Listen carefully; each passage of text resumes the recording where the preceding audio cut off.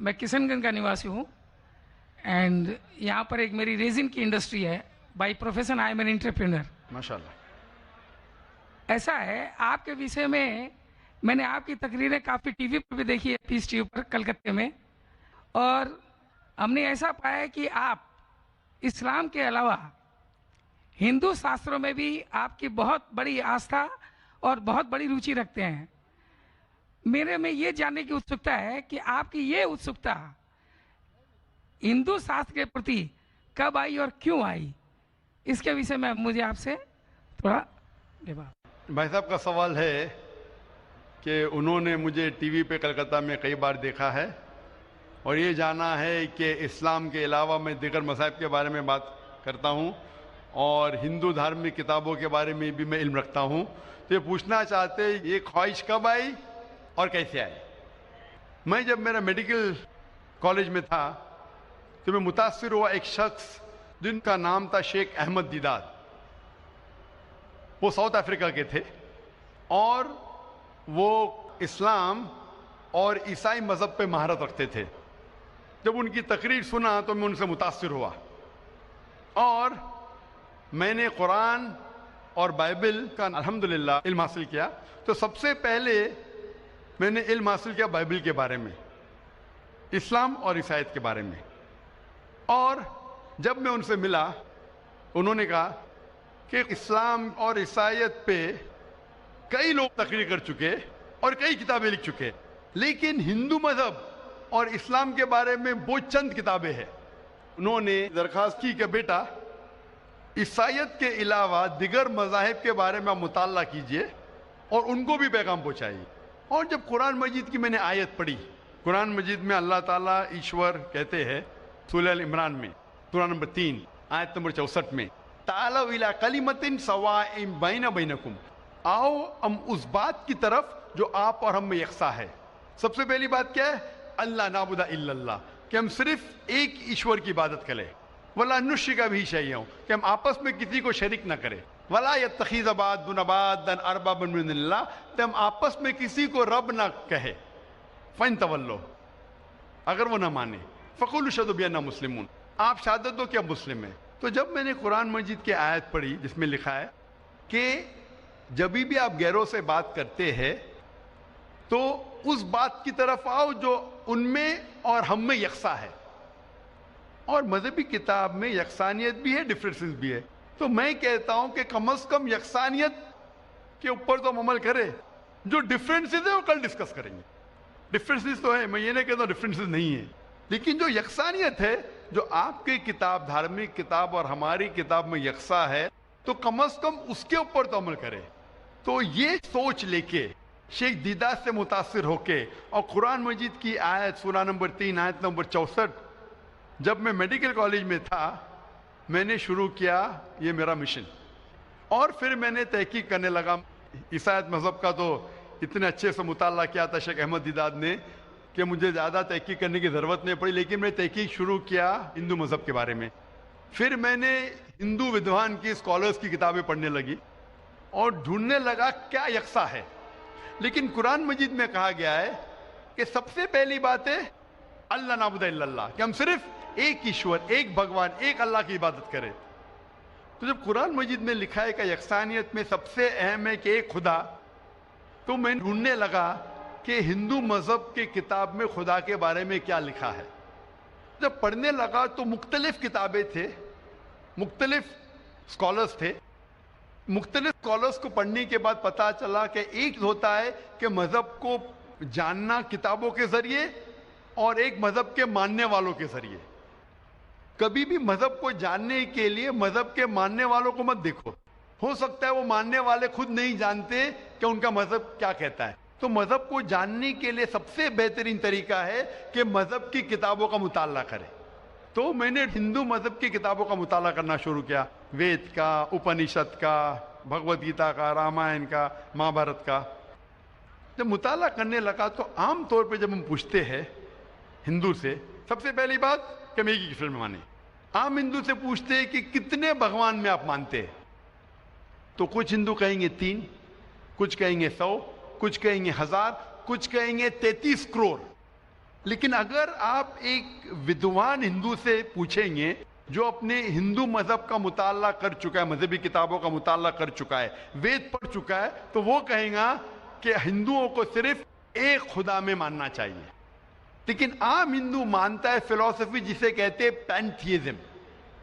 आम हिंदू कहता है कि सब कुछ खुदा है, पेड़ खुदा है, चांद खुदा है, सूरज खुदा है, इंसान खुदा है, सांप खुदा है। हम मुसलमान कहते हैं सब कुछ खुदा का है, पेड़ खुदा का है, चांद खुदा का है, सूरज खुदा का है, इंसान खुदा का है, सांप खुदा का है। तो ये अहम फर्क है आम हिंदू और आम मुसलमान में। आम हिंदू कहता है सब कुछ खुदा है, हम मुसलमान कहते हैं सब कुछ खुदा का है। तो ये फर्क है सिर्फ का।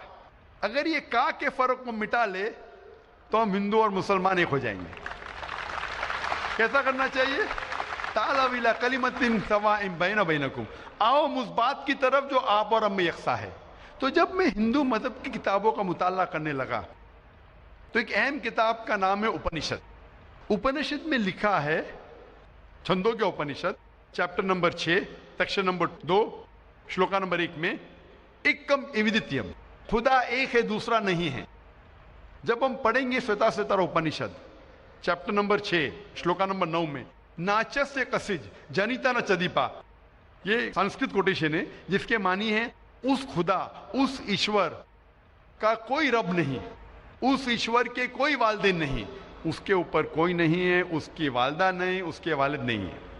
लिखा है श्वेताश्वेतर उपनिषद में चैप्टर नंबर 4 श्लोका नंबर 19 में, न तस्य प्रतिमा अस्ति, उस ईश्वर की कोई प्रतिमा नहीं।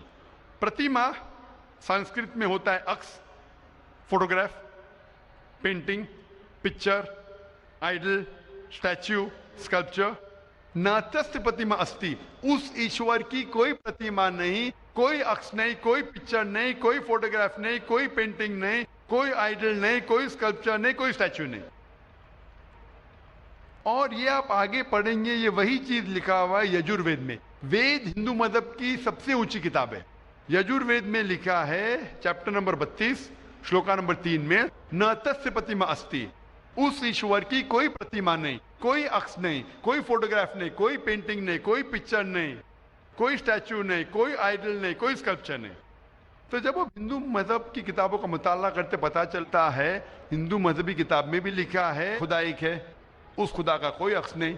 और ब्राह्म सूत्र जो हिंदुइज्म का है वो एकम ब्राह्म द्योत्या नास्ते नैना नास्ते किंचन, भगवान एक ही है, दूसरा नहीं है, नहीं है, नहीं है, जरा भी नहीं है। There is only one god, not a second one, not at all, not at all, not in the least bit. तो इस जरिए से मेरा मुताला शुरू हुआ। सबसे पहले तहकीक करने लगा मैं कि हिंदू मजहब की किताब में ईश्वर का क्या जिक्र है, भगवान का क्या जिक्र है। और पता चला जिस तरीके से कुरान मजिद में लिखा है खुदा एक है, वही लिखा है हिंदू मजहबी किताब में। जिस तरीके कुरान में लिखा है उसका कोई अक्स नहीं, वही लिखा है हिंदू मजहब में। जिस तरीके से कुरान मजिद में लिखा है ना वो किसी से जनाए ना किसी को जनता है, वही चीज लिखी हिंदू मजहबी किताब में। तो मैंने कहा जो यकसा है तो इसके ऊपर अमल क्यों ना करे। तो इस तरीके से मेरी तहकीक शुरू हुई और आस्ते आस्ते तहकीक के बाद पता चला कि हिंदू मजहब में भी लिखा हुआ है कि अवतार आने वाले हैं। अवतार लोग समझते हैं कि भगवान एक इंसान का रूप लेता है, ये एक मानी है, लेकिन सही मानी है संस्कृत में मतलब भगवान खुद नहीं, भगवान किसी को भेजता है। तो अवतार के सही मानी है जैसे हम कहते हैं पैगंबर। तो भगवान ने, ईश्वर ने कई पैगंबर भेजे और आखिरी पैगंबर का जिक्र हिंदू मजहबी किताब में है, कई किताबों में है, वेद में है, उपनिषद में है। कई मिसाल दूंगा। एक कल्कि पुराना में लिखा है कि आखिरी जो अवतार आने वाले आखिरी पैगंबर वो कल्कि अवतार है। उनके वालिद का नाम है विष्णु यास।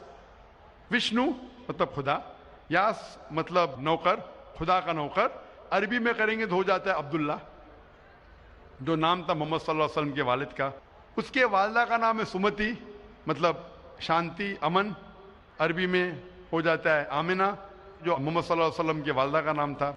इसमें लिखा है कि इन्हें वही आएंगी एक केव में, एक गारे में, जो मोहम्मद सल्लल्लाहु अलैहि वसल्लम गारे हिरा में आई थी।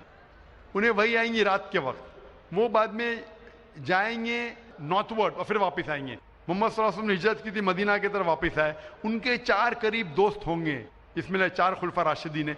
इस तरीके से डिटेल में लिखा गया है आखिरी पैगंबर, जो आखिरी अवतार जो आने वाले मोहम्मद सल्लल्लाहु अलैहि वसल्लम। तो मैं कहता हूं हिंदुओं से कि आप अपनी हिंदू किताब का मुताला कीजिए और हम हिंदू और मुसलमान एक हो जाएंगे। तो इस तरीके से मेरे तहकीक शुरू हुई और मैं दुनिया भर में कोशिश करता हूं अमन का पैगाम लोगों तक पहुंचाए। जी भाई साहब, आपने जो उपनिषदों का वर्णन किया है उसके साथ में एक लाइन और जोड़ता हूँ, जहाँ पर यही लिखा हुआ है कि ईश्वर एक ही है।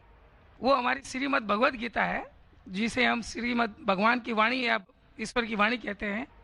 उसके चैप्टर नंबर 18 श्लोक नंबर 66 में है, अनन्या सर्वधर्मान परित्यज्यम मामे कम शरणम प्रजा अहम त्वाम सर्व पापेभ्यो मोक्षयिष्यामि मा शुचा।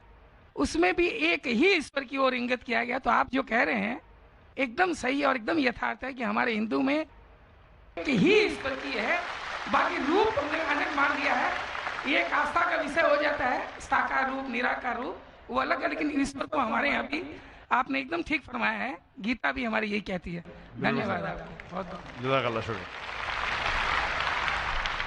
हजारों साल नरगिस अपनी बेनूरी पे रोती है, हजारों साल नरगिस अपनी बेनूरी पे रोती है, बड़ी मुश्किल से